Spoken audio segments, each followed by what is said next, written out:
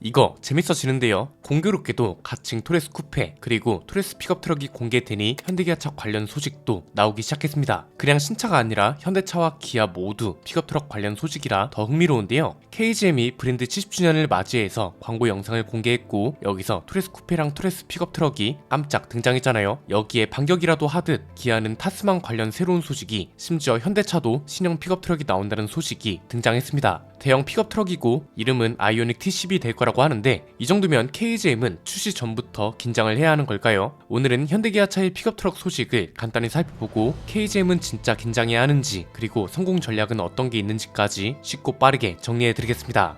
자동차 세차용품은 N건구, 세차 쇼핑 왕국은 N건구. 야, 너도 필요해? 녹색창에 N건구 검색해. 세차용품은 N건구. 세차용품은 N건구.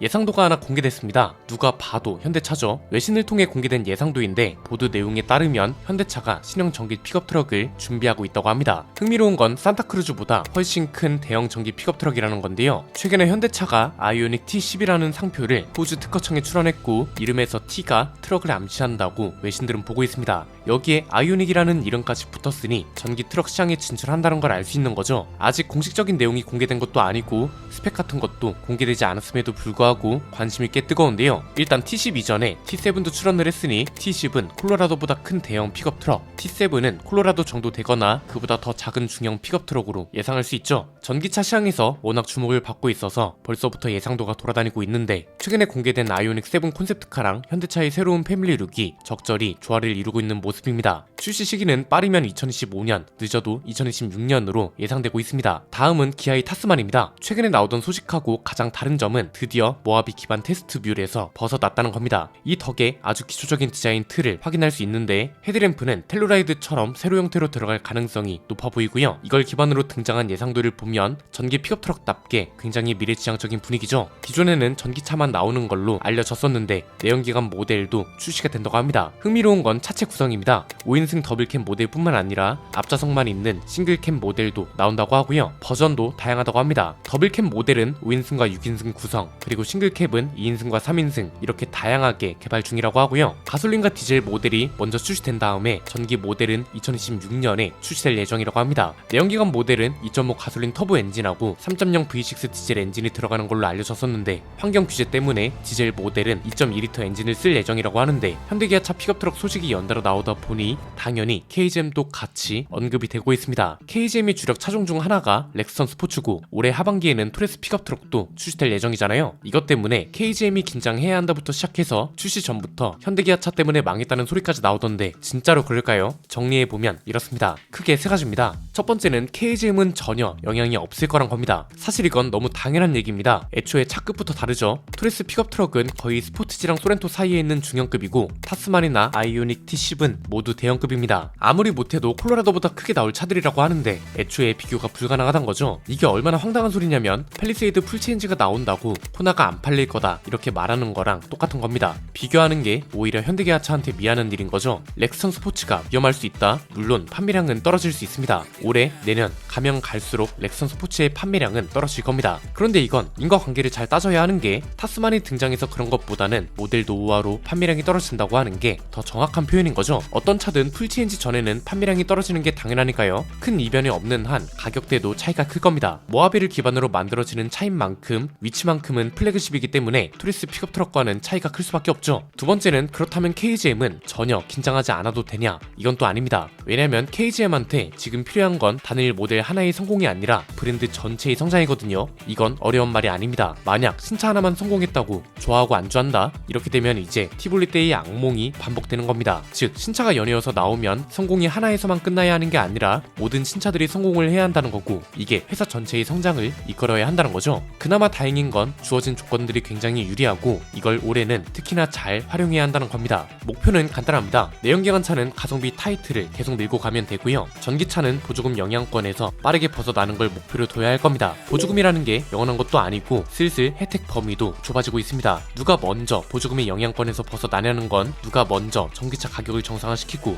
대중화를 이끌어 가느냐를 뜻하기도 하는 거죠. 일단 주어진 조건이 굉장히 유리합니다. 한국 시장은 어쩔 수 없는 현대기아차의 본질이기 때문에 현대기아차가 가지고 있지 않은 걸 가지고 틈새 시장을 노려야 할 거잖아요. 현대기아차한테 없는 건 저렴한 전기 픽업 트럭입니다. 픽업 트럭은 화물차 보조금을 받습니다. 저렴한 픽업 트럭, 토레스급 픽업 트럭이 필요한 이유는 우선 초반에는 보조금을 최대한 활용하는 거죠. 기본적으로 승용 전기차보다 많은 보조금을 받습니다. 작년 기준으로 평균 보조금이 1,900만 원에 가깝고 올해는 살짝 줄어들긴 했지만 큰 차이는 없을 전망입니다. 그래서 지난번 영상에서 토레스 픽업 트럭 기본 가격이 3천만 원 중반 정도로만 나와줘도 2천만 원대 실금의 가격은 무난하게 달성할 수 있을 거라고 전망했던 거잖아요. 이게 중요한 이유가 KGM은 현실적으로 테슬라, 현대차그룹 아니면 중국 기업들처럼 자동차 외의 것들로 추진력 있게 사업을 확장하기는 어려울 겁니다. 현대기아차는 최근에 택시 모델에 배터리 구독 서비스를 도입한다는 내용이 보도됐죠. 기아 니로 택시에 올해 안으로 도입을 한다고 하는데 전기차 판매량 둔화에 따른 조치라고 하고요. 전기차 자체를 배터리 값을 제외한 가격으로 구매하고 매월 구독료로 배터리 가격을 나눠서 지불하는 방식이 유력하다고 합니다.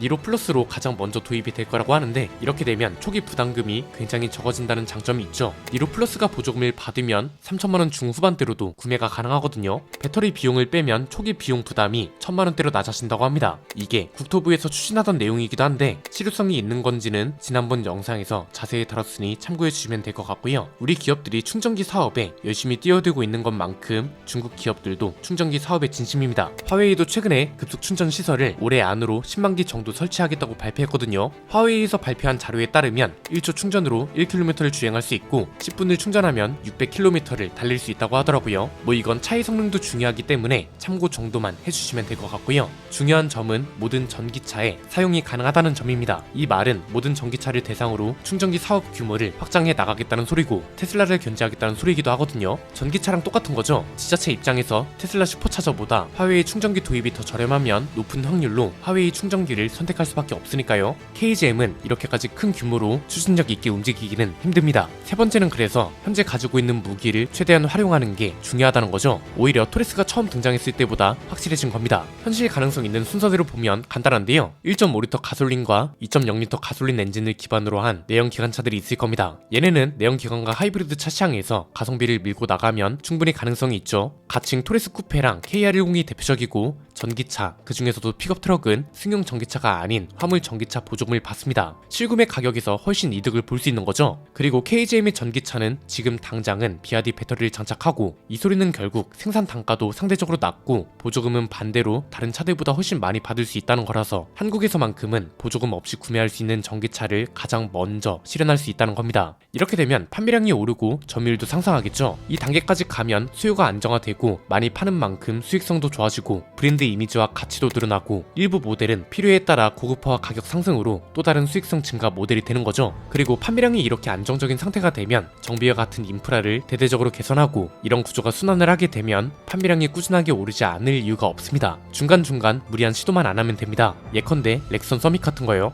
얘처럼 시기적으로도 안 맞고 그렇다고 구성이 뛰어나지도 않은 차를 내놓게 되면 괜히 그거 부스럼을 만드는 꼴입니다. 리스크를 최대한 줄이고 무조건 판매량 상승에만 집중할 때이기 때문에 이런 시도들을 조심할 필요가 있다는 거죠. 충전 인프라 사업 같은 것도 중요하다고 생각하실 수도 있는데 어차피 이쪽은 속도를 따라갈 수가 없습니다. 이미 GS나 SK 같은 대기업들이 진출한 지 오래고 이제는 이 대기업들을 기준으로 규모 확장이 진행되고 있는 단계입니다. 아마 충전기도 주유소처럼 되겠죠. 지금은 환경부가 주체가 되어서 충전기를 운영하고 관리하지만 나중에는 주유소처럼 대기업 브랜드들이 충전기나 충전소 단위로 점유율을 확장하게 될 겁니다. 차이가 있다면 이 사이에 테슬라 같은 브랜드들이 껴있는 거겠죠. 현대기아차 픽업 트럭도 당장 출시되는 게 아니고 출시가 된다 해도 토레스 픽업 트럭하고는 비교 대상이 아니기 때문에 사실상 비어있는 시장이 될 거란 겁니다. 이런 좋은 조건이 있으니 가지고 있는 자산들을 활용해서 보조금 없이 사도 무리 없는 전기차를 가장 먼저 실현시켜줬으면 좋겠네요. 전세계 시장 단위로는 무리겠지만 한국 시장 정도면 그럴 수 있지 않을까요? 오늘 내용은 여기까지입니다. 내용이 유익하셨다면 구독과 좋아요 알림 설정 부탁드립니다. 지금까지 저는 안피디였습니다. 감사합니다.